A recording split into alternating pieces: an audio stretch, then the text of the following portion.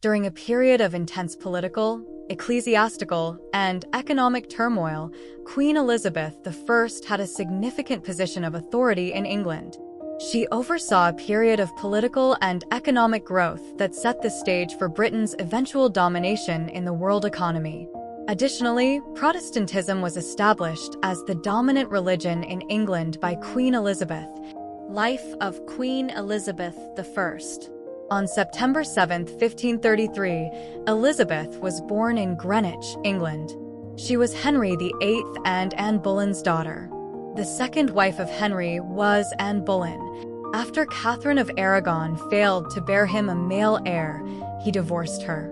Regretfully, Anne Boleyn was killed for treason when Elizabeth was just 2 years old, and she also failed to bear a male heir.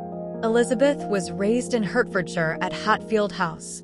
Henry's sixth wife, Catherine Parr, would later raise her in London as her stepmother. Elizabeth demonstrated as a young child that she was bright and eager to learn. She excelled in academic studies and also sports. She learned the art of public speaking, which proved to be most significant later in her reign. It was unclear who would take the throne once Henry VIII and his only son Edward passed away. A relative of Edward, Lady Jane Grey, held the title of queen for 9 days before Mary I removed her and had her executed. Due to Mary's efforts to convert England back to Catholicism, her reign was unpopular. Her far-off marriage to Philip of Spain only served to reduce her appeal. Elizabeth's life was once in jeopardy, so Mary I had her half-sister taken into custody and imprisoned in the Tower of London. But Elizabeth was able to persuade Mary that she was not a threat to her kingdom, and in the end, Mary trusted the Protestant Elizabeth and chose her to be the heir apparent.